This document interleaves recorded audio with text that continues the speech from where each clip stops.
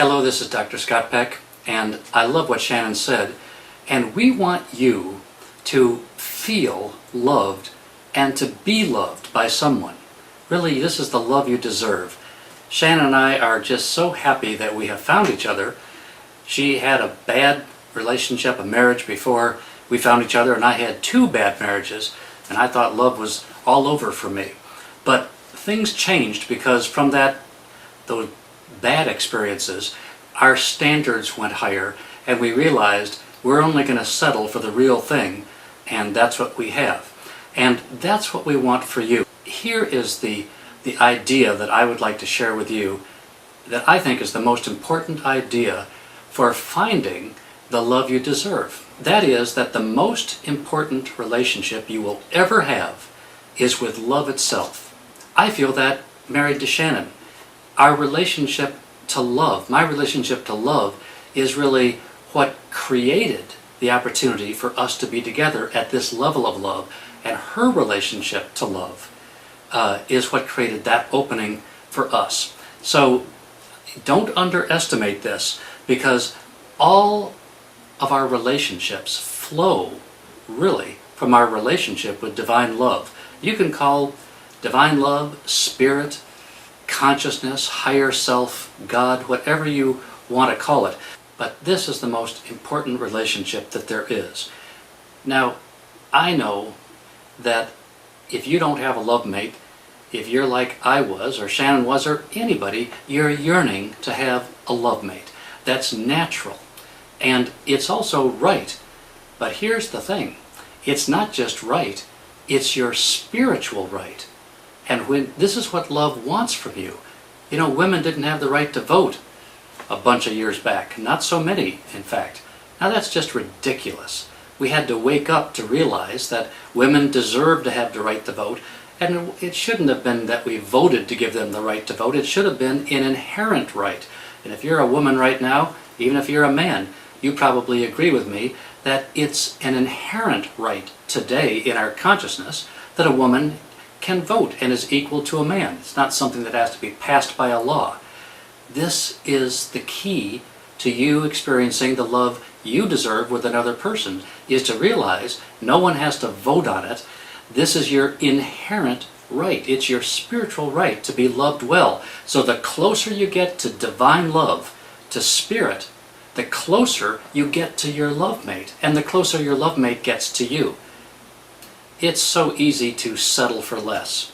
And when we do, like Shannon said just before, we don't have the kindness, we don't have the cherishing of dreams, we don't have the equality, and that just doesn't cut it for what you deserve. It's worth being single rather than to not have the love you deserve at the level of what love wants for you, at the level of your spiritual right to be loved. So here's the thing. If you think about, okay, I deserve to be loved.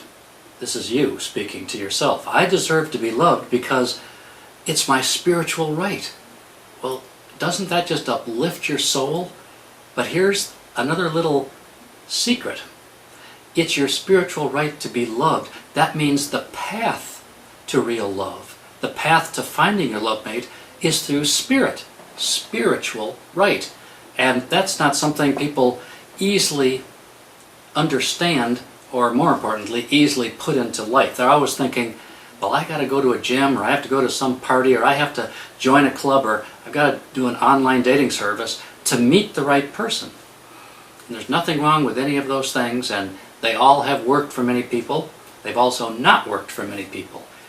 The key is, did you arrive at those ideas by following the path of spirit? Did love tell you to do those things, or is that your yearning ego and your yearning heart, again, which are natural, that just wants desperately to find the right person, and so you're just going to do this and this and this, or you read a book, or you talk to this person, or you just want to make it happen?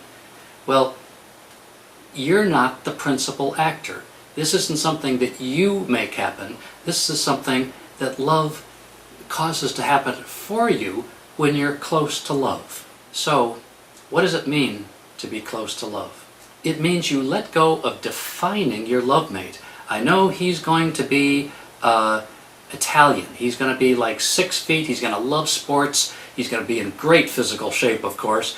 And he's going to love spirituality like I do. Well, when you start outlining what your love mate's going to look like, you have also created an impossibility for you to even see the love mate that love may have prepared for you that doesn't fit those criteria, that might be far better than what you expected. This also means you let go of being the victim. You're not a victim if you're alone. Many people who are married think they're the victim of unhappiness. I was when I was married the first 2 times. So victimhood is a state of consciousness. It's not a state of condition of being single or being married or in a relationship. So don't be a victim. What's the opposite of being a victim? Being fulfilled, being content, being happy. Well, how could you be happy and content and fulfilled if you don't have your love mate? Because your primary relationship is with love itself, and that is the most fulfilling relationship you can ever have for eternity. Now, you may be thinking, Scott, you're just too ethereal for me. And I just need to find the love mate, and I need to go on the internet and see if anybody's responded to my latest description of myself. And that's okay. You can do whatever you want to do to find your love mate.